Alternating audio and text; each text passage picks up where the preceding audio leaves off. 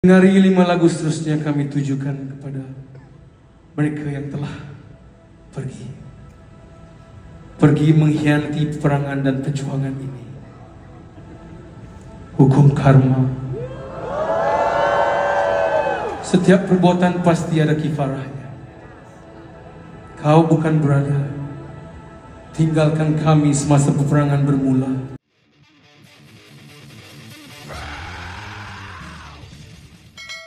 Hukum karma, setiap perbuatan pasti ada kifarahnya. Itulah antara ayat padu yang dikeluarkan Dato' Awie pada konsert 40 tahun Wings Malam Semalam apabila mendedahkan 5 buah lagu yang bakal mereka persembahkan sebentar lagi. Dengari 5 lagu seterusnya kami tujukan kepada mereka yang telah pergi mengkhianati peperangan dan perjuangan ini. Melalui potongan video yang dikongsikan di TikTok besi hitam itu, Dato' Awie seperti menunjukkan ayat tersebut kepada rakan kumpulan Wings yang telah meninggalkan band tersebut, seperti Joe Branco, Eddie dan juga Blake. Hal ini sama sekali telah menimbulkan kemarahan di media sosial, oleh kerana Dato' Awie juga pernah meninggalkan kumpulan itu suatu ketika dahulu untuk mengejar kerjaya solo.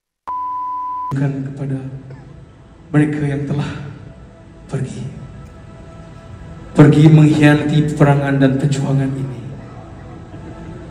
Hukum karma. Setiap perbuatan pasti ada kifarahnya. Kau bukan berada, tinggalkan kami semasa peperangan bermula. Laga tidak elok, lipas kudung. Pergi seperti lipas kudung tanpa berita, meninggalkan harapan. Kini harapan telah berubah. Bukan lagi gunung ledang yang kami kejar, tetapi Everest yang akan kami jajahi. Biarkan berlalu. Untuk kau, kamu dan lu, pergilah,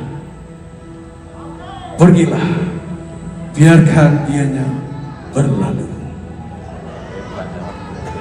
Wahai telinga-telinga yang mendengar, marilah kita menyanyikan bersama rangkaian lagu yang jiwa luka. Biar dipipis, dihiris, digilis, boleh binasa kota Melaka. Biar dicubit, dipukul, diherdik, kami takkan menangis. Wings tetap akan terbela.